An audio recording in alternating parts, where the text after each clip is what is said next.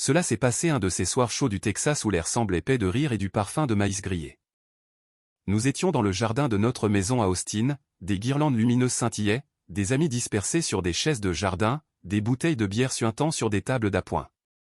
Jessica, mon épouse, se tenait près du brasero, un verre de vin à la main, souriant de cette façon qu'elle a lorsqu'elle est sur le point de voler un moment pour se retrouver, dit-elle soudain, sa voix plus forte qu'elle ne le devrait, et de savoir quand il est temps de lâcher prise.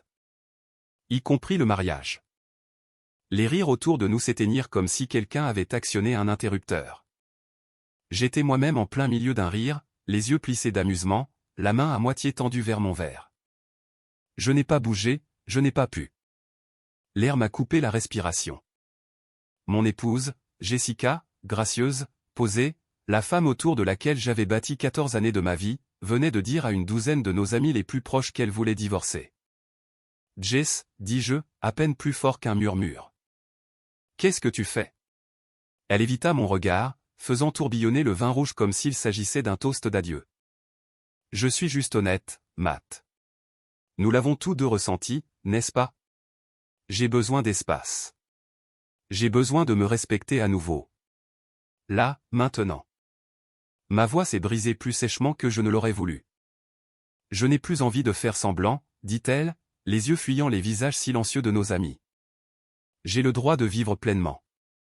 Le bourdonnement des cigales d'été remplit le silence brutal qui suivit. Je me suis levé lentement, posant ma bière sur la table du patio avec un calme délibéré. Respect, répétai-je, marchant vers elle. C'est de ça qu'il s'agit? Une performance pour le respect? Je ne voulais pas le dire comme ça, dit-elle rapidement, son visage tressaillant, sa main serrant trop fort le pied de son verre. Non, c'est exactement comme ça que tu l'as pensé, dis-je, n'étant plus qu'à quelques pas d'elle. Tu voulais une scène. La voilà. Dis-le encore. Dis-le-moi droit cette fois, sans le verre de vin ni le public. Matt, non. Jess, dis-le. Sa gorge s'agita tandis qu'elle déglutissait, sa confiance s'effritant à chaque seconde. Je veux divorcer. Quelques soupirs étouffés se répandirent dans le cercle.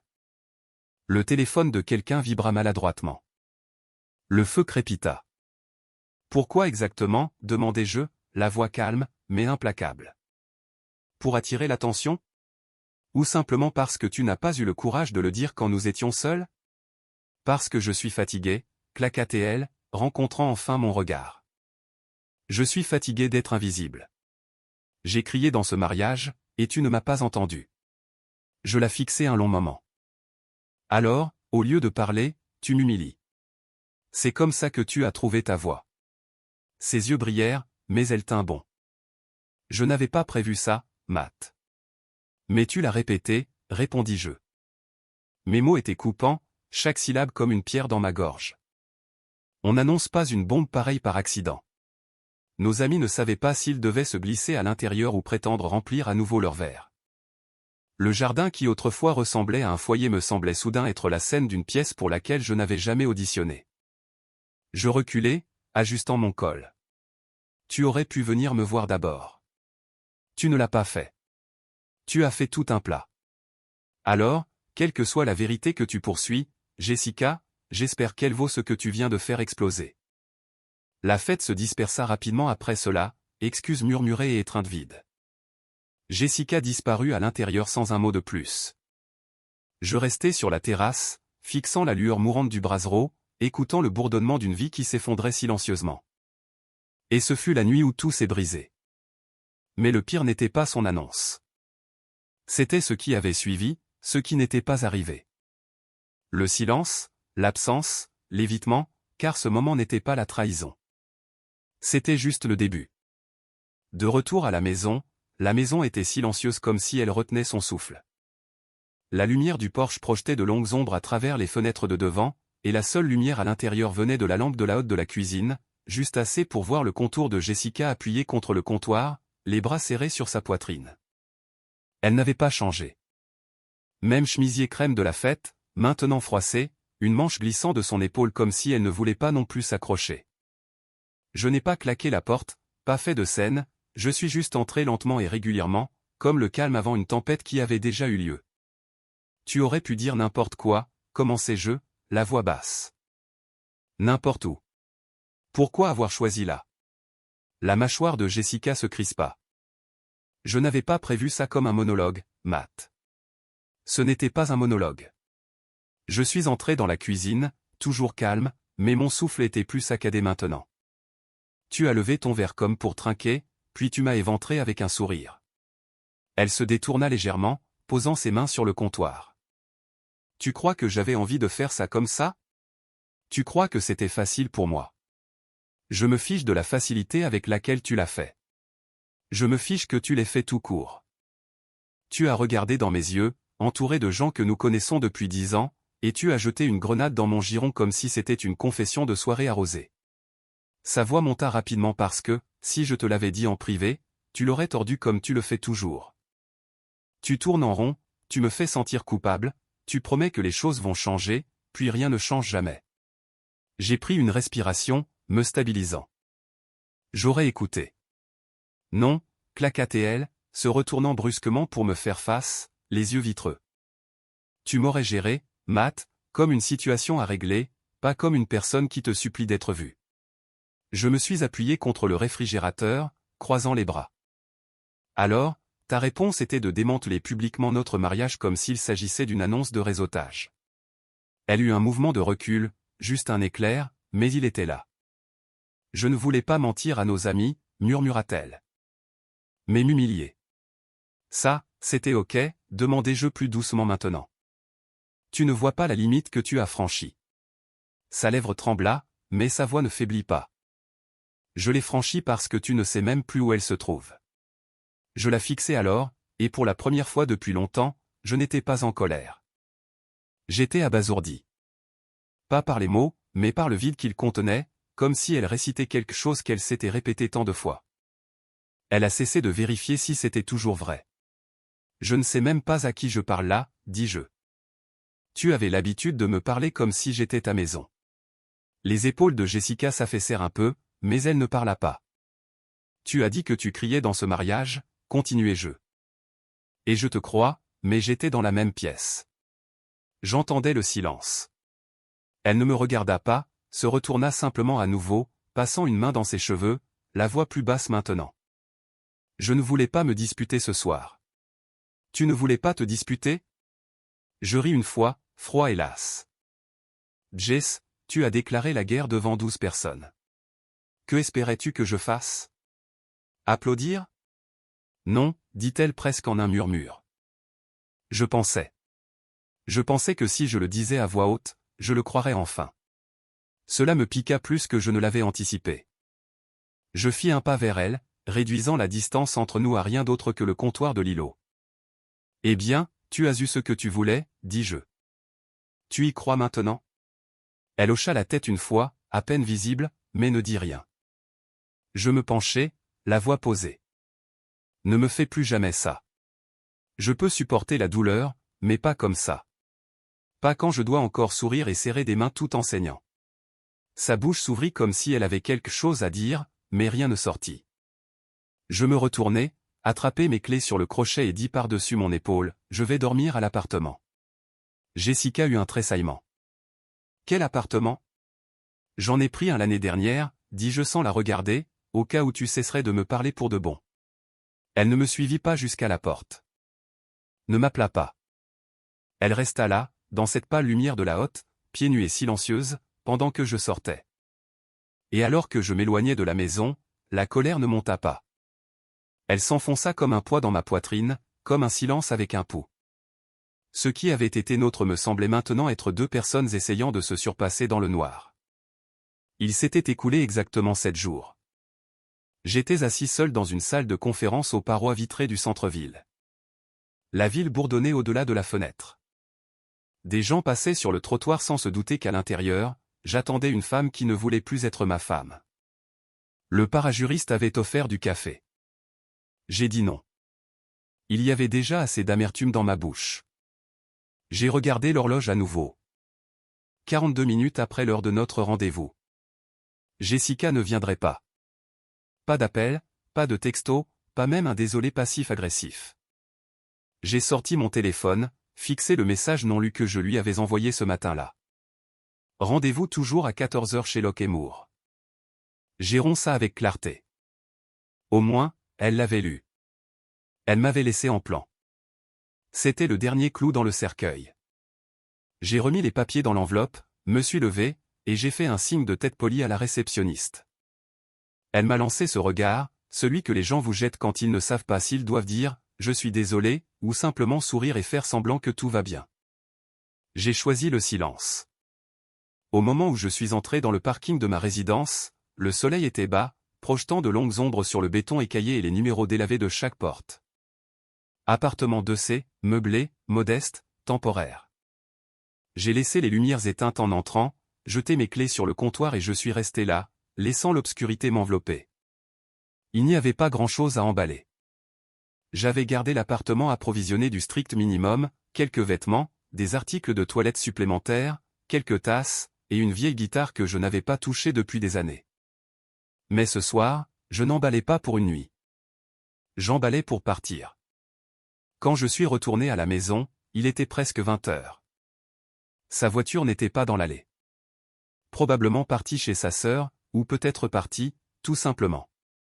À l'intérieur, la maison était figée. Tout était exactement là où nous l'avions laissé après la fête. Bougie à moitié fondue, un verre de vin dans l'évier.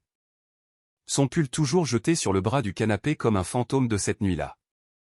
Je suis monté à l'étage, j'ai rempli un seul sac de sport, juste des vêtements, des papiers, ma trousse de toilette, je me suis tenu dans notre dressing et j'ai fixé la rangée de chemises que je n'aurais plus besoin ici.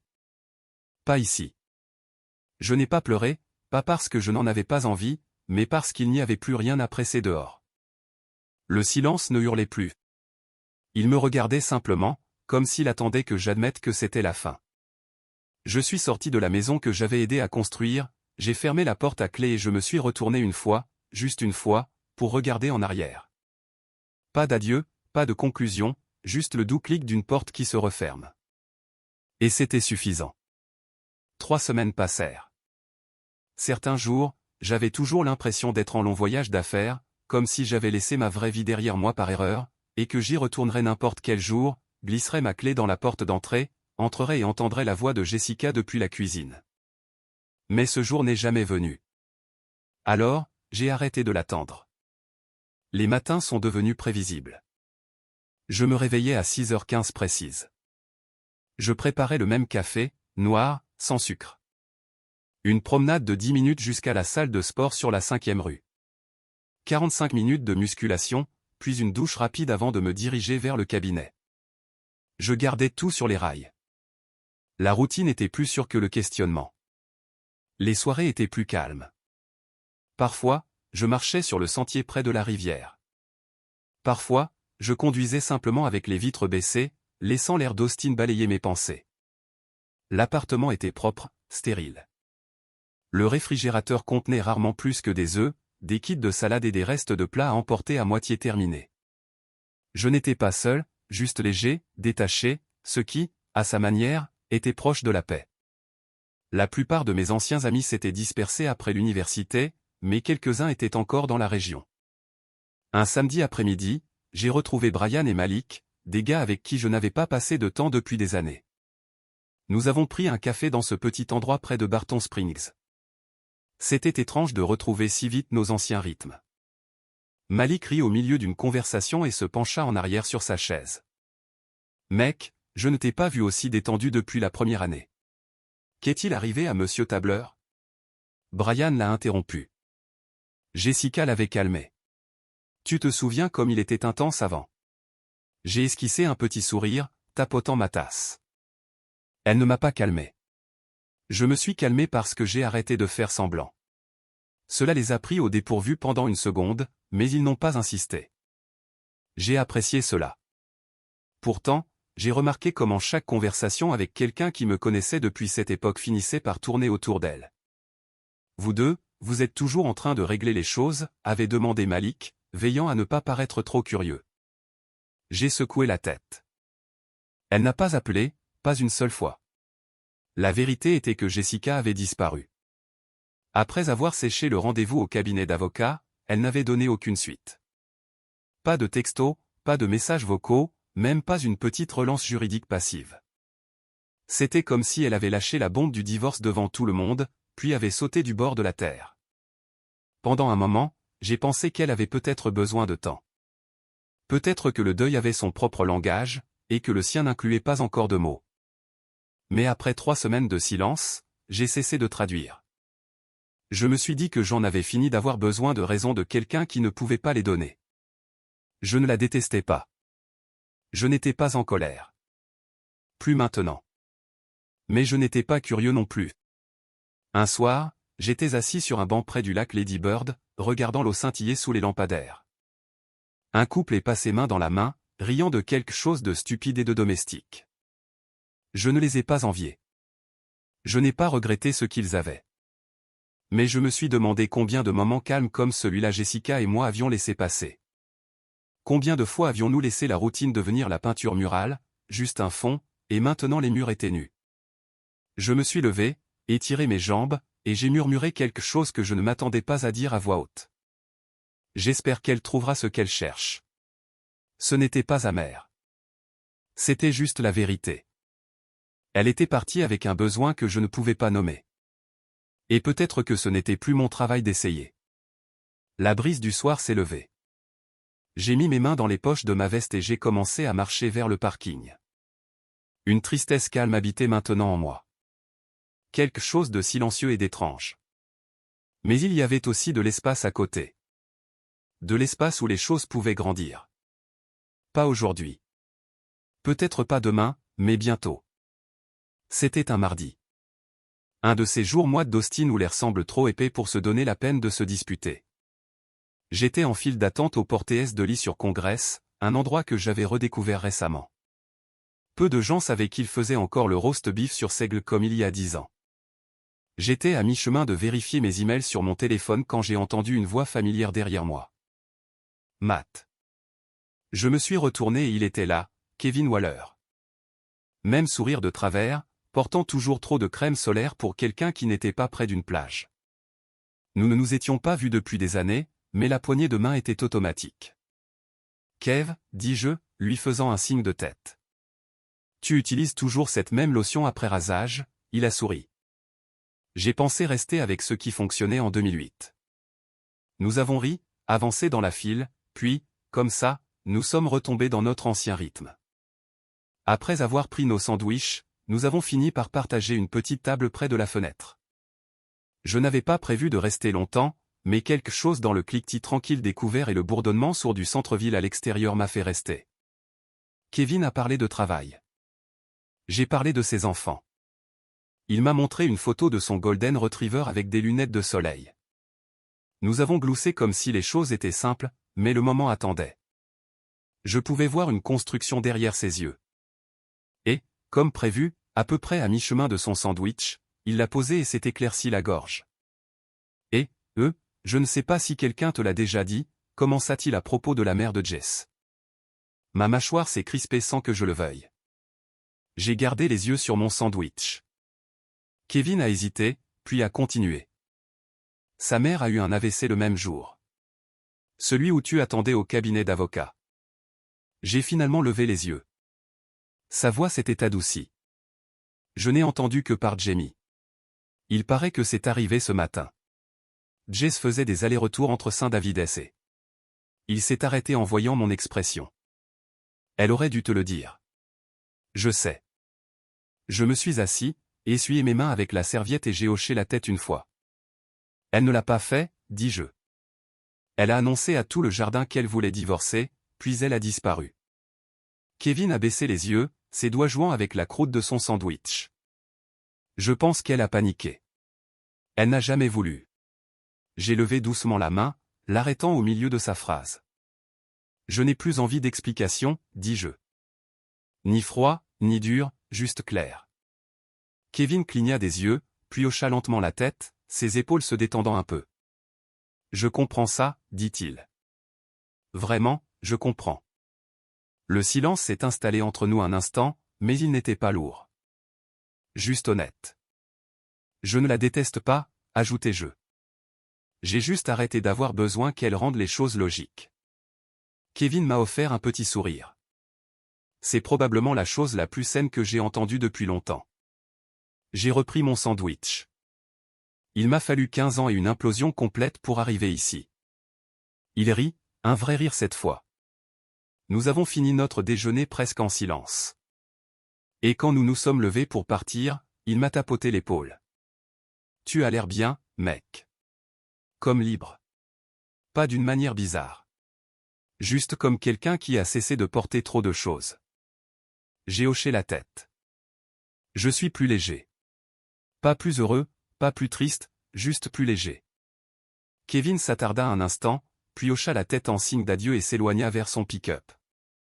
Je suis resté dehors chez Porter une seconde, laissant le soleil frapper mon visage. L'AVC de la mère de Jessica. C'était difficile à entendre. Cela tordait les choses d'une manière à laquelle je ne m'attendais pas. Mais la partie étrange, c'est que cela n'avait rien changé.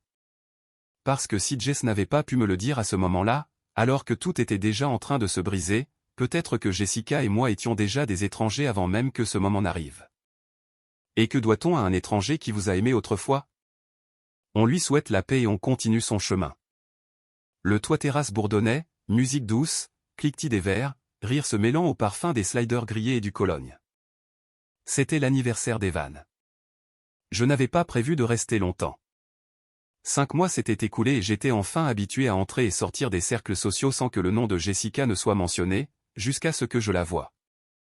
Elle était près de la rambarde, parlant à quelqu'un que je ne reconnaissais pas. Ses cheveux étaient plus courts maintenant, plus foncés aussi. Sa robe était bleu marine, sobre. Elle paraissait plus âgée, peut-être, ou peut-être que je la voyais simplement avec d'autres yeux. Jessica m'a remarqué avant que je puisse décider quoi faire. Nos regards se sont croisés à travers le toit-terrasse, et elle a hésité au milieu de sa phrase. Le gars à côté d'elle s'est détourné et après une inspiration, elle s'est dirigée vers moi. « Salut », dit-elle, à peine audible au-dessus de la musique. « Salut », répondis-je. Calme, pas froid. Elle a glissé une mèche de cheveux derrière son oreille. « Je ne m'attendais pas à te voir ici. Evan et moi sommes amis depuis longtemps. Tu as l'air en forme. » Elle a esquissé un petit sourire. « Merci, vous deux. » Nous sommes restés là, les lumières de la ville vacillant en contrebas, et un instant, on se serait cru à une fête. Deux personnes qui partageaient autrefois un monde. « As-tu entendu qu'Olivia a eu cette promotion ?» demanda-t-elle. « Oui, dis-je. Vice-présidente marketing. Elle a travaillé dur pour ça. » Jessica hocha la tête. « Ouais. Ça m'a fait beaucoup réfléchir à où j'en suis et où je ne suis pas, j'ai attendu. » Elle a pris une respiration. J'ai quitté le musée. Je suis dans une association maintenant. C'est plus lent, plus ancré. J'ai hoché la tête poliment. Cela semble être un bon changement. Elle m'a étudié, sa voix plus douce maintenant. Ça l'est. C'est juste. J'ai pensé à beaucoup de choses dernièrement, comme le divorce, demandai-je, le ton égal. Ses épaules se sont légèrement tendues, mais elle n'a pas détourné le regard. Oui, dit-elle. Je sais que je n'ai pas géré ça correctement. J'ai disparu. Je n'ai pas été juste envers toi. J'ai laissé le silence s'installer entre nous un instant. Puis j'ai parlé. Nous n'avons toujours rien déposé. Techniquement, nous sommes toujours mariés. Son visage s'est troublé. Je sais, murmura-t-elle. Il est temps, dis-je. Nous devons terminer ça proprement. Elle a dégluti difficilement, clignant rapidement des yeux. D'accord? Bien sûr. J'ai jeté un coup d'œil à la foule sur le toit, puis de nouveau à elle. Cela n'était pas censé s'éterniser. Tu as dit ce que tu avais à dire. J'ai fait mon deuil. Maintenant, nous devons avancer. Jessica semblait vouloir dire plus, mais tout ce qu'elle a fait, c'est hocher la tête. D'accord. Une pause, un sourire faible et brisé. Matt, commença-t-elle, mais la phrase ne s'est jamais terminée. Elle a juste secoué légèrement la tête, comme si même elle ne croyait pas à ce qui aurait pu suivre. Je lui ai offert un signe de tête gentil. Final, mais pas cruel. Puis je me suis écarté, rejoignant le bord de la foule. Verre à la main. Elle m'a regardé partir et je ne me suis pas retourné. Certains chapitres ne se terminent pas bruyamment. Ils cessent simplement d'être écrits. 3 semaines après cette fête sur le toit, j'ai rencontré Aaron. Ce n'était rien de dramatique, juste 2 personnes qui se bousculaient dans un magasin de disques un samedi pluvieux. Elles tendaient la main vers le même album vintage de Sam Cooke que je feuilletais. Nous avons ri, laissé l'autre prendre l'album et avons fini par prendre un café de l'autre côté de la rue. Ce dont je me souviens le plus de cette journée, ce n'est pas la musique ou le café. C'est à quel point il était facile de parler avec elle. Aaron avait ce calme en elle.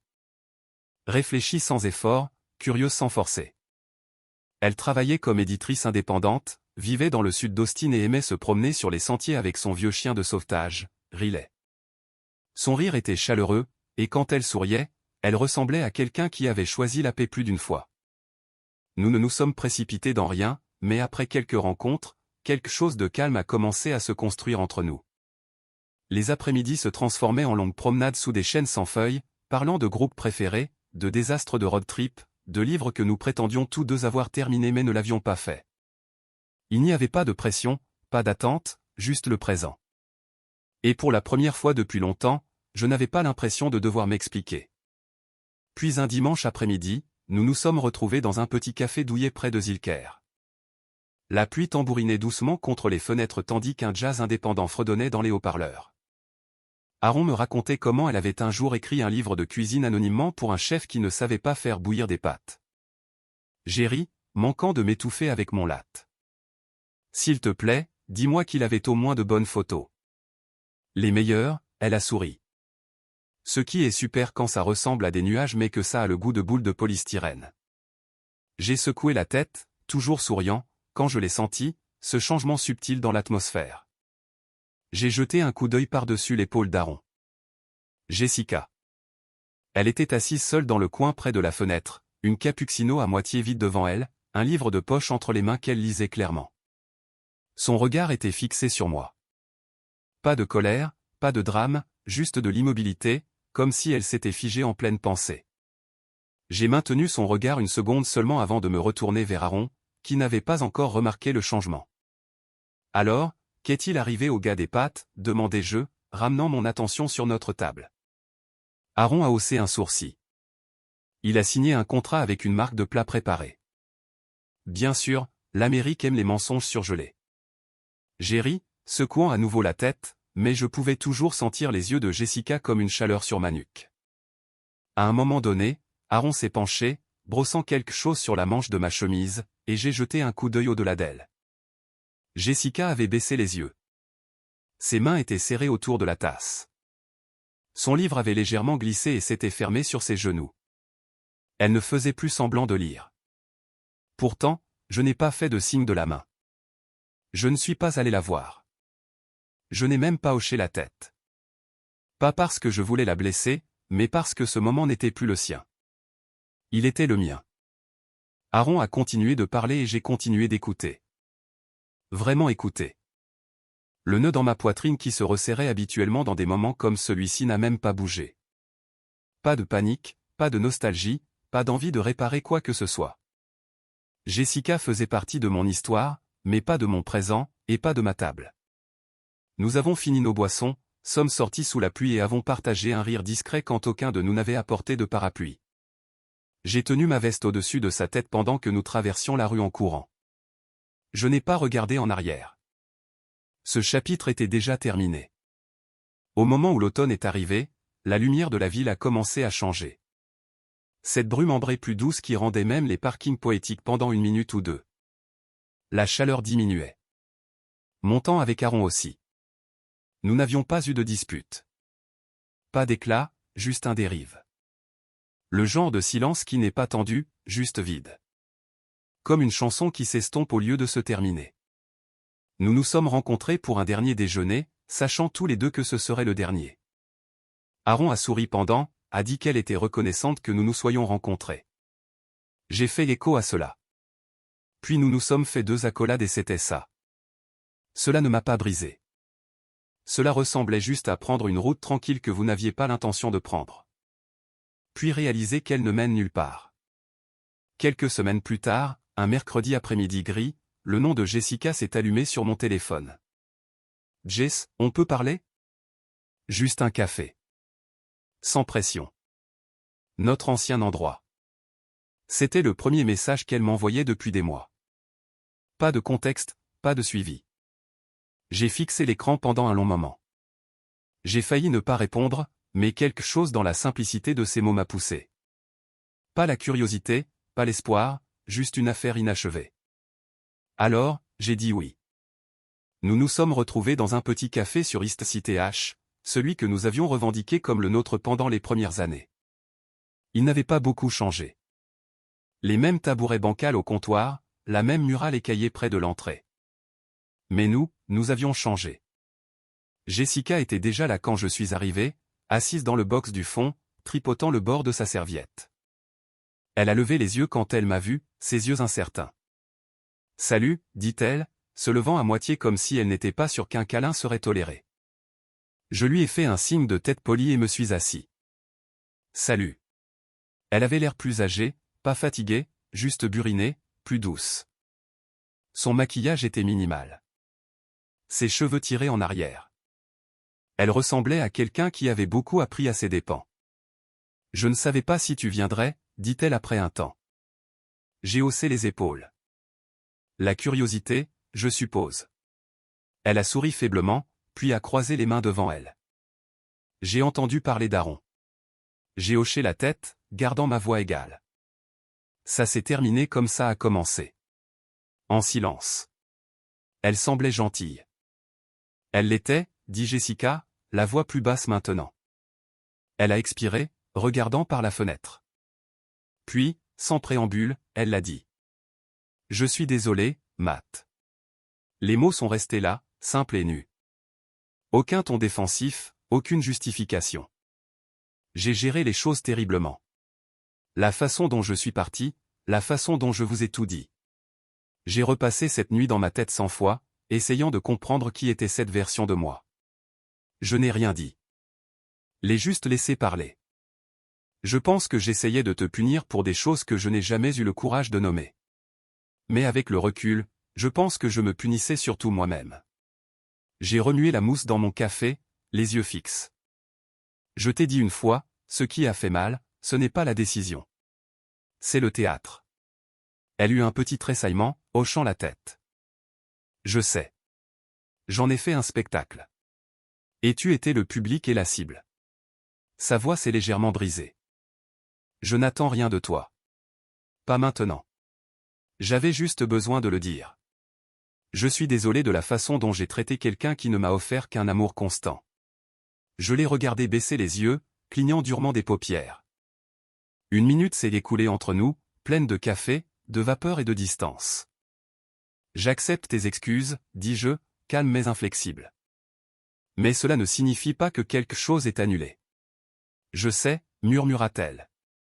Je ne demande pas, j'ai attrapé mon portefeuille, glissé un billet sous la salière et je me suis levé. J'espère que tu trouveras ce que tu cherchais, dis-je doucement mais fermement. Elle a levé les yeux au moment où je m'éloignais. Ses lèvres se sont entr'ouvertes comme si elle voulait dire autre chose, mais rien n'est sorti. Alors que je sortais, je ne me suis pas retourné, mais je l'ai entendu.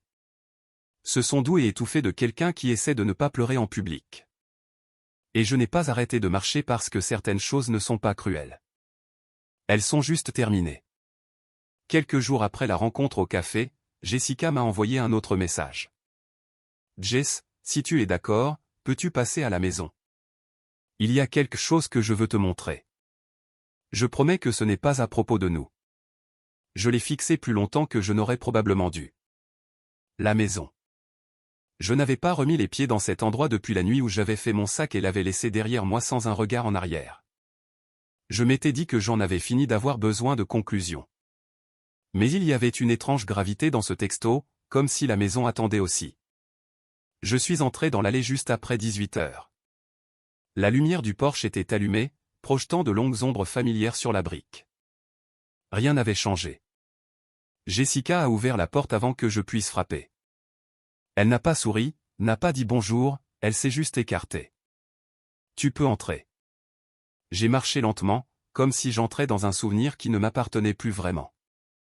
L'air sentait encore légèrement le bois de cèdre et cette bougie qu'elle allumait le week-end. Citronnelle et quelque chose d'autre que je n'arrivais jamais à nommer. Ma veste était toujours accrochée au crochet du couloir. Je me suis arrêté. Tu n'as rien déplacé. Elle se tenait à quelques pas derrière moi, la voix basse. Je ne pouvais pas. Au début, je me suis dit que je n'avais juste pas le temps. Puis c'est devenu autre chose. J'ai marché plus loin, au-delà du salon. L'étagère était la même. Même la vieille trace d'eau sur la table basse laissée par l'une de mes tasses n'avait pas été essuyée. C'était surréaliste, comme si je marchais dans une vie mise en pause à mi-scène. Je pensais que tu vendrais l'endroit, dis-je doucement. Jessica a secoué la tête. Je me suis dit que j'attendrais le printemps, mais le printemps est arrivé et je n'avais toujours pas fait un seul carton de tes affaires. Je l'ai regardée, vraiment regardée. Elle ne jouait pas un rôle cette fois. Pas de manipulation subtile, pas de larmes prêtes à couler. Elle était juste brute. Elle m'a fait signe d'aller vers la cuisine. Viens. Je l'ai suivie dans le couloir, dépassant l'îlot de cuisine où nous avions l'habitude de nous lancer des pics en préparant le dîner. Les tabourets étaient toujours là. Même endroit, même creux dans le coussin. Le calendrier tableau blanc était toujours accroché près du frigo, figé sur la semaine où elle a annoncé le divorce. Je viens ici tous les matins, dit-elle, appuyée contre le comptoir. Je prépare du café. Je me tiens au même endroit. Je tends toujours la main vers ta tasse avant de me reprendre. Le silence s'est étiré entre nous. Je ne t'ai pas fait venir ici pour te demander quoi que ce soit, dit-elle, la voix tremblante maintenant. C'est juste. Je voulais que tu vois que je ne t'ai jamais jeté. Je l'ai regardée, ne sachant que dire. Elle a baissé les yeux, tripotant l'ourlet de sa manche. J'ai essayé de comprendre ce qui me manque vraiment, et je crois que j'ai enfin trouvé. Elle a pris une respiration. Tu me manques, la version de moi qui se sentait en sécurité quand tu entrais dans la pièce. Cette fille ne vit plus vraiment ici. Sa voix s'est brisée à la fin, juste un peu. J'ai gardé tes affaires parce qu'une partie de moi pensait peut-être que tu trouverais le chemin du retour. Et si tu ne le faisais pas, peut-être que j'aurais toujours l'impression de ne pas avoir tout perdu. J'ai regardé autour de moi dans la cuisine, les tasses, les clés toujours sur le crochet près de la porte, l'entaille dans le carrelage où j'avais laissé tomber la poêle. Ce n'était pas un piège. Ce n'était même pas un jeu. C'était une confession. Elle n'était pas passée à autre chose. Pas vraiment. Elle s'était construit un sanctuaire presque. Un foyer figé rempli de choses qui rendaient plus facile de prétendre que les dégâts n'avaient pas déjà été faits. Mais ce n'était plus ma maison. Et je n'étais plus l'homme qui avait l'habitude de franchir cette porte, de l'embrasser sur la joue et de demander ce qu'il y avait pour le dîner. Je n'ai rien dit de tout cela à voix haute. Je suis juste resté là et j'ai hoché la tête une fois. Jessica s'est légèrement détournée, clignant rapidement des yeux. Je suis contente que tu sois venu, dit-elle, à peine audible. J'ai attrapé le pommeau de porte, m'arrêtant juste une fois avant d'ouvrir. Je te crois, dis-je. Elle ne s'est pas retournée. Elle est restée immobile, et je suis sorti, l'odeur de citronnelle s'estompant derrière moi comme un fantôme. Certaines maisons résonnent même après votre départ. Le bureau sentait la lavande et le cuir doux. Il était neutre par conception. Mur beige, chaise rembourrée, une lampe dans le coin au lieu de plafonnier. Sûr de cette manière calme et professionnelle. Jessica était assise en face de moi, jambes croisées, doigts noués dans son giron. Je pouvais voir la tension dans sa mâchoire avant même qu'elle ne parle. Je ne savais pas comment être ce dont tu avais besoin, dit-elle enfin, les yeux baissés. J'ai essayé si longtemps d'être la version de moi qui correspondait à ce que tu attendais, mais finalement, j'ai cessé de la reconnaître. La thérapeute, une femme nommée Dana avec des yeux gris doux et une voix comme de l'eau calme, attendit un instant. Puis elle se tourna vers moi. J'ai gardé mon ton égal. Je n'ai jamais demandé une version. Je voulais juste un partenaire, quelqu'un qui puisse marcher à mes côtés, avec ses défauts et tout. Le souffle de Jessica se coupa légèrement, et elle leva les yeux. Je pensais que si je faisais tout parfaitement, la maison, les dîners, l'image, cela signifierait que j'étais assez bien, dit-elle. Mais plus j'essayais, plus j'avais l'impression de jouer un rôle. Et finalement, je t'en voulais de t'attendre à un spectacle pour lequel tu n'avais jamais acheté de billets. Cela m'a piqué plus que je ne l'ai laissé paraître, mais j'ai hoché la tête. Dana se pencha en avant. Vous parliez donc tous les deux des langues émotionnelles différentes. L'un essayant de prouver sa valeur par la perfection, l'autre attendant une connexion par l'honnêteté. Nous sommes tous les deux devenus silencieux. Jessica cligna lentement des yeux, sa voix n'étant plus qu'un murmure. Je ne savais pas comment être moi-même sans craindre de te perdre. Je la regardais, restant stable, mais, tu m'as perdu en te cachant, pas en étant réel. Cela a porté ses fruits, et pour la première fois depuis longtemps, je l'ai vue non pas comme la femme qui m'avait quitté en public, mais comme quelqu'un qui essayait toujours de comprendre pourquoi elle avait pensé devoir le faire. La séance ne s'est pas terminée par une résolution, mais elle a commencé par la vérité. 1 an plus tard, la maison ne sentait plus le silence. Elle sentait le café frais, les gaufres du dimanche matin, et parfois la pluie sur les marches de devant. Les bords rugueux s'étaient adoucis, pas effacés, mais usés en quelque chose de vivable. Jessica était dans la cuisine quand je suis descendu ce matin-là, fredonnant une mélodie que je ne reconnaissais pas. Elle jeta un coup d'œil par-dessus son épaule et sourit. Tu es en retard. J'ai déjà commencé la playlist sans toi. Laisse-moi deviner, Sam Cooke, demandai-je en attrapant 2 tasses dans l'armoire. Elle eut un petit sourire narquois. Évidemment. Nous avons construit de nouvelles routines, petites, faites exprès. Les mardis étaient réservés aux promenades dans le quartier avant le dîner. Les vendredis, nous essayions un nouveau restaurant local. Rien de chic. Les dimanches, nous faisions les courses ensemble et nous nous disputions sur les marques de céréales. Mais ce qui comptait, ce n'était pas l'horaire. C'était l'honnêteté. Jessica n'avait plus de tressaillement quand les choses devenaient difficiles. Elle ne se retirait plus dans le silence ou ne se faisait plus petite derrière une façade. Elle parlait même quand c'était inconfortable, surtout alors. J'ai réservé un week-end à Fredericksburg le mois prochain, dit-elle en faisant glisser un post-it sur le comptoir. Je sais que tu n'aimes pas les surprises, alors je t'avertis à l'avance. J'ai hoché la tête, souriant légèrement. Merci du préavis, et elle s'est arrêtée, me regardant droit dans les yeux. Merci de me laisser regagner ta confiance sans tout exiger d'un coup. Je l'ai étudié un instant. J'essaie toujours de comprendre, ai-je admis. Je sais, dit-elle doucement. Mais je te vois essayer. C'est plus que suffisant. Nous n'avions pas besoin de tout dire. Plus maintenant.